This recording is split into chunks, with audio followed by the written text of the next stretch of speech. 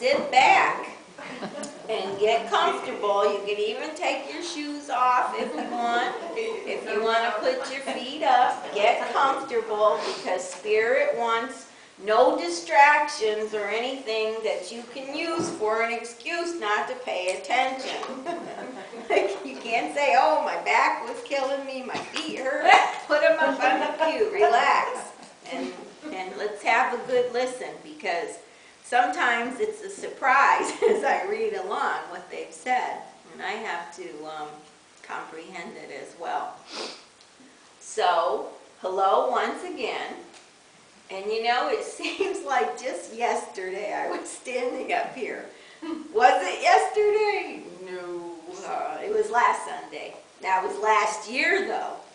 Wow, so time has flown us into a whole new year, a whole new decade. So let's take a moment to properly welcome in the fabulous 2020. Wow, that's just fantastic just hearing it. That should just give you that positive spark of energy just to start all over again. A whole new year, a whole new month, a whole new decade, a whole new week. I mean, what more can you ask for? So Spirit has been patiently waiting since the 1st of January to give you some uplifting words of encouragement and love. Okay, they definitely come through with love. Remember what we talked about last Sunday. Spirit said, embrace this year with an open heart, a loving heart. And this is going to be my mantra all year long. Everything I'm going to try to bring to you from up here or anywhere else in the building is going to be with an open and loving heart.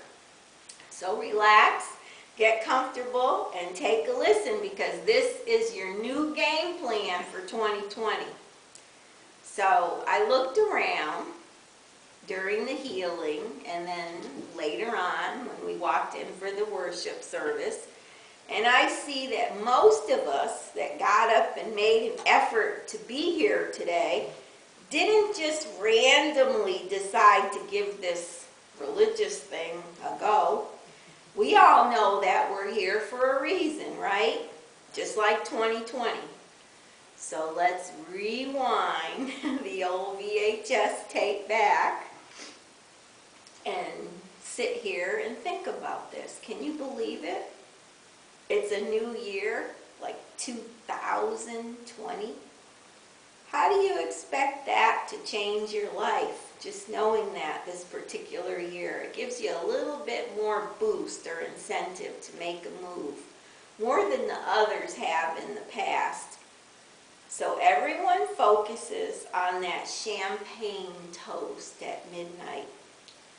We all struggle through at least possibly a verse of Auld Lang Syne. Does anybody really know the words to that song? I mean, you know, you kind of know the tune to it and maybe a few of the words. That's an oldie but a goodie. Should old acquaintance be forgot and never brought to mind, etc. Did you sing it this year? So changes, right? This is a big year. We've got some big changes coming along all over the world, internationally. Some of us will move. Some will change jobs. And some will even retire. Others might plan on getting married, or heaven forbid, you might plan on getting a divorce. But for the majority of us, we don't have a clue what 2020 will bring. We have plans, but you know what they say about plans, right? Remember the John Steinbeck novel, The Grapes of Wrath? And it said, the best laid plans of mice and men. Who are we to plan our fates? That's in God's hands. So sometimes I think we should just refrain from making any plans. But another new year, there's been so many. I never thought I'd live this long. Some of us have traveled a little rough and dangerous path along the way. Not so sedate and tranquil and calm. Some of us have jumped out of airplanes, ridden motorcycles, I mean, just did all kinds of things where you were just really pushing your luck, just really pushing your luck. And guess what? You survived, you're here. But we all have some things in common, even as our parents and their friends did way back when. We all want to live longer and healthier and enjoy our lives and even turn over a new leaf as we take the time, usually at the end of the year, as we did last Sunday, reflecting on the year 2019. We've seen lots of changes and innovations and new ideas. Some people embrace them. Others are thankful, and yet as always, someone is going to complain about how bad things are in the world. So skip the resolutions and bucket lists. So yes, it's time to change for this new year 2020, this new decade. Revitalize your life. Think about it. Reimagine your life. Reinvent yourself. It's never too late. Never. This is the year. Try some new things and change the filter on your life. Begin, as we spiritualists consistently say, and you've heard so many times from this platform, begin with an open mind. Focus on your new attitude adjustment. This is all new for this decade. Don't consider yourself retired if you're not, and you're not ready to retire. Become refired, not retired. Regardless of your physical, mental, or even moral condition, this is the year. You can turn over a new leaf. Make it your challenge for this new year. Get moving. I mean literally get moving. Walk, run, roll your wheelchair outdoors if you're in one of those. Swim, play action games, throw a ball, kick a ball, hit a ball. Like Olivia Newton-John sang way back, let's get physical. But beside all that, this isn't just for older people. This is all good for everyone. Work your brain too. You can add and repair your brain cells. It's been proven by neurologists. There's so many ways. Play word games. I actually bought a Scrabble game for my granddaughters for Christmas to learn to play. And guess what? All the adults were fighting over the Scrabble game, over who was going to play the Scrabble game. And believe me, the competition was really fierce. I mean, it was getting ugly. We were up till like 1:30 in the morning duking it out, let me tell you. Scrabble. Jeez. Oh my God.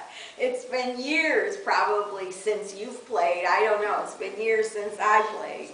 But now it's back to game nights for the whole family, young and old. We've gone through Uno, Monopoly, Scrabble. Do puzzles. All types of puzzles, crossword puzzles, and yes, even jigsaw puzzles. They're all great for you in so many ways, mentally and physically. Engage in some thought-provoking discussions. And let me tell you, you can do that right back there in the fellowship hall every Sunday there's going to be some thought-provoking discussions, as there usually are back there. You can throw anything out and see what sticks. I mean, just throw it out there, some idea that's been in the back of your mind. Believe me, we spiritualists, our mind is like an open, vast wasteland. We will listen to you, and we won't argue with you either. I mean, it's all news. It's all news, and we're taking it in, filtering it, and processing it. And some of us might actually absorb it and enjoy it and spew it out to somebody else that comes along. So, call your kids or your grandkids to learn about what's happening in their world. Even if you don't have a clue what they're talking about, every once in a while, all you have to do is go, oh, really? Oh, wow. I have, as many of you know, I have an extremely brilliant granddaughter who's getting her master's degree in biochemistry at Auburn. I spend a lot of time listening to Chanel, or appearing to listen to Chanel, because most of the time I don't have a clue what she's talking about. She's talking about professors and this exam and this information they processed and did something with, a lab, and I'm just going, oh, wow, really? Oh yeah, that's right, yeah, you gotta do that. And it's like she vents to me, she's happy, and after usually 30 or 40 minutes of her going on and on and on about this latest class or lab or something she did, she feels better. And okay, I feel better too, because she needed to do that. Whether I could comprehend anything she was talking about doesn't matter. It doesn't matter. They just want to include you in their world, and you want to be part of that world. So try Facebook if you haven't already, or Twitter, or Instagram. Google Alexa. Don't waste your time on Siri. Siri will take you to the river's edge and dump you. Keep that brain working and active. And you know what? What really helps? Sit with Spirit daily. Focus. Slow down and listen to them who have been trying to get your attention all week probably. And they want to get through to you with their thoughts and information that's only in your best interest. Something that's also very important is socializing. If you have no friends or know no one, meet new people. Invite your neighbors for coffee, tea, or a welcoming beverage. Connect with people in church. Look to your left, look to your right. Is it somebody you might be interested in talking to? Well, look to the other left then. Okay. And also, what's really great and positive and helpful to the brain, attend one of our upcoming seminars. And we've got some great seminars coming up in the next few months. We have a lot of guest speakers, primarily snowbirds, that come down here from the Great White North. And they've got something to share that possibly we might be accepting of and want to learn about. So there's seminars coming up this month actually. Turn over that new leaf. Have you regretted not traveling and exploring enough? Check out your own neighborhood first. Your city, state, county, country, and even possibly the world. Every destination has accommodations for people of all ages, lifestyles, and health conditions. Under every new leaf, there is a new place to explore. So if you're clueless about even that, and you've never left the country, travel clubs offer opportunities to experience new places. You can join a tour group. So you're pretty much, every move is covered throughout the day. You don't even have to think.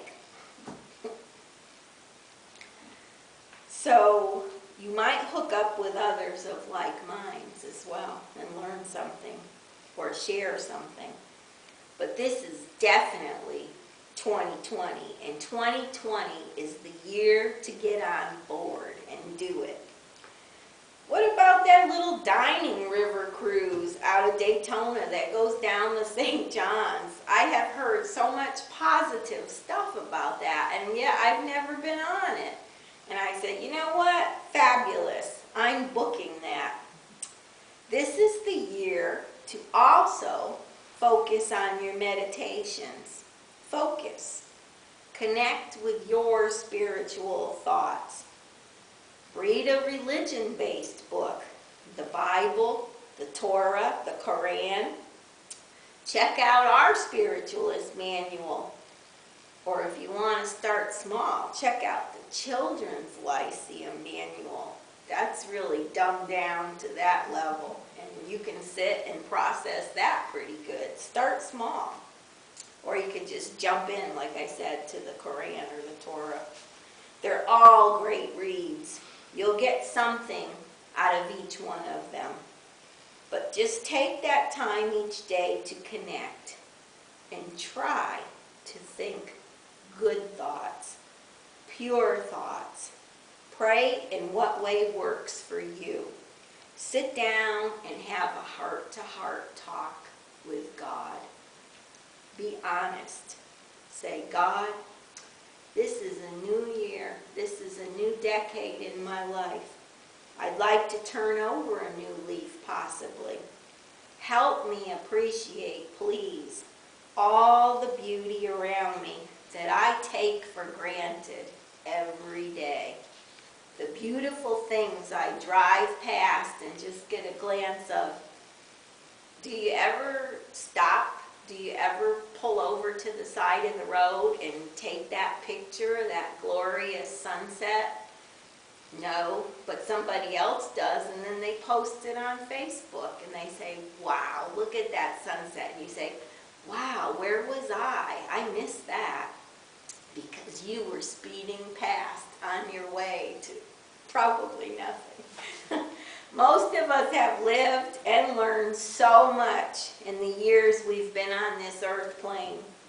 I don't have to remind you how many years you've been on the earth plane. You know and I know. Stop and think about it. Like, really think about it.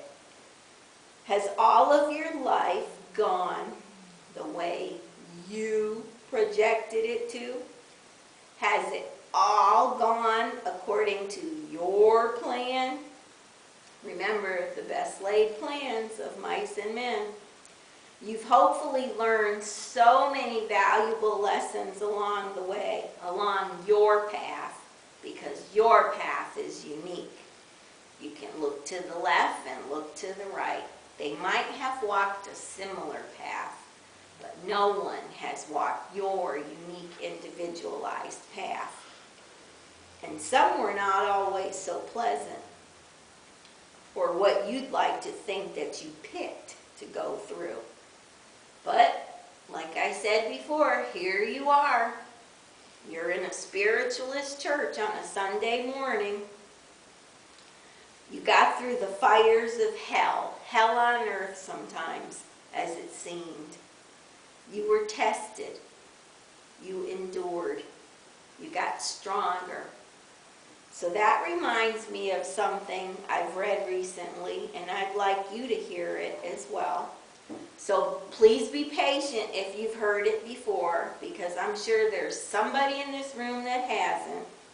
And each time I hear it, I pick up something new or valuable.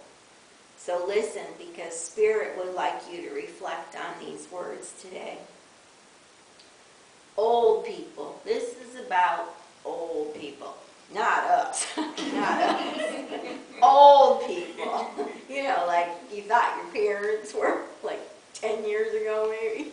They were so old. Old people are easy to spot at sporting events because during the playing of the national anthem, old men remove their caps and stand at attention, and they sing without embarrassment. And they know all the words, and they believe in them.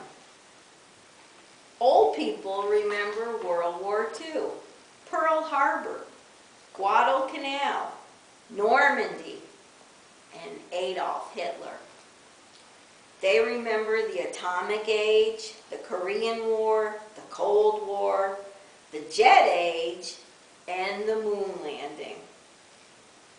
They remember the 50-plus peacekeeping missions from 1945 to 2005, not to mention Vietnam. Let's not mention Vietnam. If you bump into an old person on the sidewalk, he will apologize. If you pass an old person on the street, he will nod or tip his hat to a lady. Old people trust strangers, and they're courtly to women. Old people hold the door for the next person, and always when walking make certain the lady is on the inside for protection. We're not all used to that, are we? I know one time I was walking with my late husband, and he kept like going around me, and I'm like, what are you doing? And he's like, well, you're supposed to walk here, and I'm supposed to walk here. And I said, really? There's rules for that? But he was trying to be a gentleman, I guess, but it was new to me. Old people hold the door for the next person, and they always walk, like I said, protecting the lady. You know, in case a car jumps the curb or something, it's going to kill him. So, thank you. Thank you. Old people get embarrassed if someone curses in front of women and children, and they don't like filthy or dirty language on TV or in movies. It makes them so uncomfortable. And they have moral courage and personal integrity. They seldom brag unless it's about their children or their grandchildren. And it's old people who remove their hats while eating in a restaurant in respect for the ladies and the guests.